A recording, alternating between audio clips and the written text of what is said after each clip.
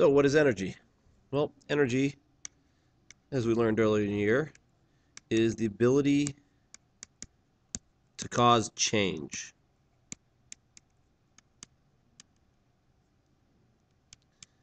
The units of energy, which we'll get to soon enough, are joules. And joules are equal to newtons times meters. Get back to that soon. Some examples of energy. Well, there's three biggies. We have mechanical, which are things like springs. If we load a spring by pushing down on it, we've given it energy, and it's stored in a mechanical way. We have chemical, which a lot of life is. Almost all power comes from chemical. Batteries. Gasoline is chemical. Once we ignite it, it explodes and releases tremendous amount of energy. And the third one, which we're going to spend a lot of time with, gravitational. And that's just from height. If I move something from a lower spot to a higher spot, it has energy. For example, I take a snowball at the top of a mountain peak and roll it down the hill. I've given it a tremendous amount of energy, assuming I carried it all the way up there. If it's up there on its own, it already has the energy. So those are some simple examples of energy. Now, what is work? In the real world, it's a job. But in physics, it's applying a force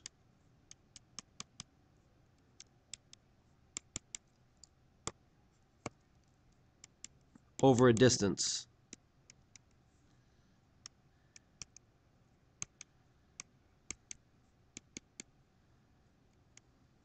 Now, the key part here is as long as the distance and force are in the same direction.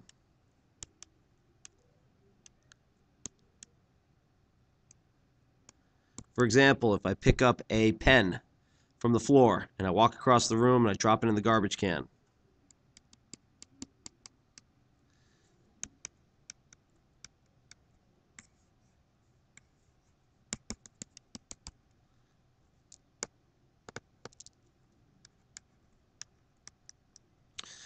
when I walk across the room, I don't do any work.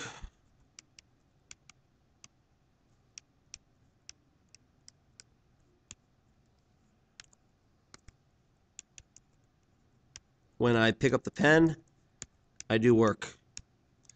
And the reason is, walking across the room, I'm fighting gravity. But gravity pulls me down, and I'm walking horizontally.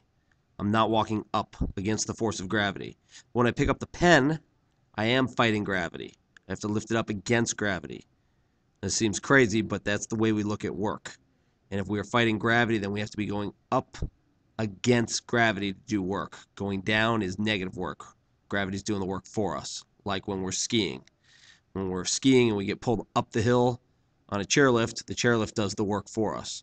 When we're skiing and we just go horizontal, we're not working. We're just kind of floating along, frictionless, nice and easy. That is the most important thing to remember about work, that you must do it in the direction opposite the force that is acting upon you.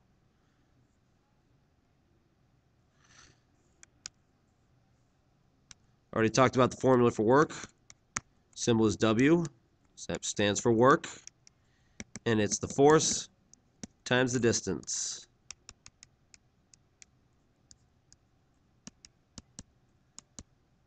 I'll give you an example on that in a minute. But let's talk about the units. Joules. I might as well erase this.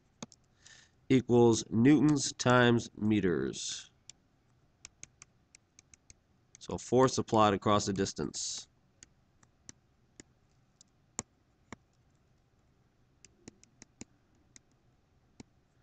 So example, I carry a 10 Newton book 10 meters across the room. I don't do any work. Nothing's stopping me from walking across the room. It's a little bit of friction slows me down, but it's really not that hard. I carry the same book up a 10-meter tall flight of stairs. How much work do I do? Well, now I'm fighting up against gravity, and notice I said it's 10-meter tall flight of stairs, not 10 meters long. So if this is the stairs, this has to be 10 meters. Because that's the direction gravity is fighting against. This, I don't care about. And we'll talk about that with machines, how we can make life a little bit easier. So 10 newtons. That's the book. 10 meters. That's the vertical distance. 100 Newton meters, also known as 100 joules. That's the amount of energy it takes to get that book up 10 meters. We're going to do an exercise with the bleachers. Remember this over here with the bleachers. Because it does not matter if you're running a long way across flat bleachers. What matters is how much you're going up or down. I like to go climbing in the summer, lots of hiking, and you know you're working when you're going up and down hills. Hiking along with backpacks, a piece of cake. As soon as you have to go up hills, your heart starts racing, you start working. So potential energy, it's just that. It's the types of potential energy I talked about before. Mechanical potential would mean the spring is loaded, pushed down. Chemical, again, gasoline. We have not set fire to it yet. Given it a little explosion to move our car. And gravitational, which is pure height. Higher we go, more energy we have. If you don't think that there's more energy, then think about a bowling ball falling off a desk and landing on your foot, or falling off the top of a book stand or something that's 8 feet high and falling on your foot. Think about how much more it would hurt. You can get a lot of energy from just increasing the height of things. Again, skiers get pulled up a hill. So we're working primarily with gravitational potential energy. It's easy to measure. And the formula is energy due to gravity, mgh. That's our height, which is the variable. This is how much mass we're moving up. So if you want to carry your lunch up 10 flights of stairs, piece of cake. But if you want to carry 6 bags of grocery, 3 in each hand, up 10 flights of stairs, might be a little bit harder. And this is G, back from previous units, 9.8 meters per second squared. And again, this is measured in joules, just like work is. So how much energy does a high diver have before he or she jumps off of the 10-meter platform? Again, diver, not as fat as me, so we'll go with, say, 70 kilograms.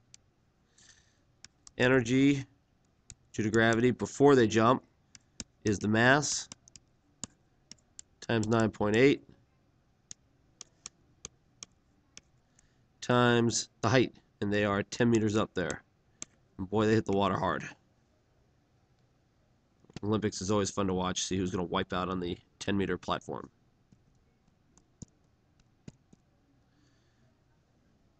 So before they jump, they have 6,860 joules of energy.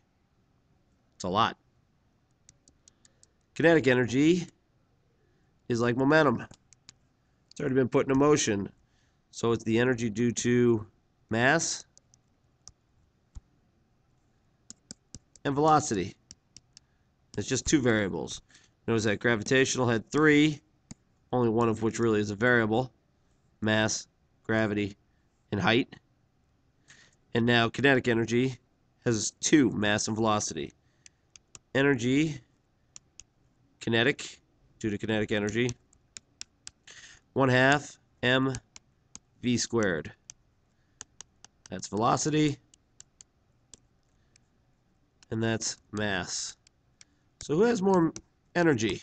Usain Bolt when he's running his full speed, or the high diver before they jump? They had 6,860 joules. Usain Bolt's a very big boy. So let's guess that he probably weighs, he's 6 foot something. He's probably 80 kilograms at least. Let's give him a little bit of credit. Let's give him 90 kilograms. 90 kilograms. He gets up to 10 meters per second, and we square that. That's a square, so you multiply it twice. You have a nice handy button on your calculator which you can use. For now, I will square that one first. We get 100 meters squared per second squared. 10 times 10 is 100. Multiply it all out, you get 4,500 joules. So even though Usain Bolt is flying along at full speed, he only has 4,500 joules of energy at that point, whereas the 10-meter platform jumper has 6,860. Still a lot either way. That's it. Give you some problems to do next class. Good luck.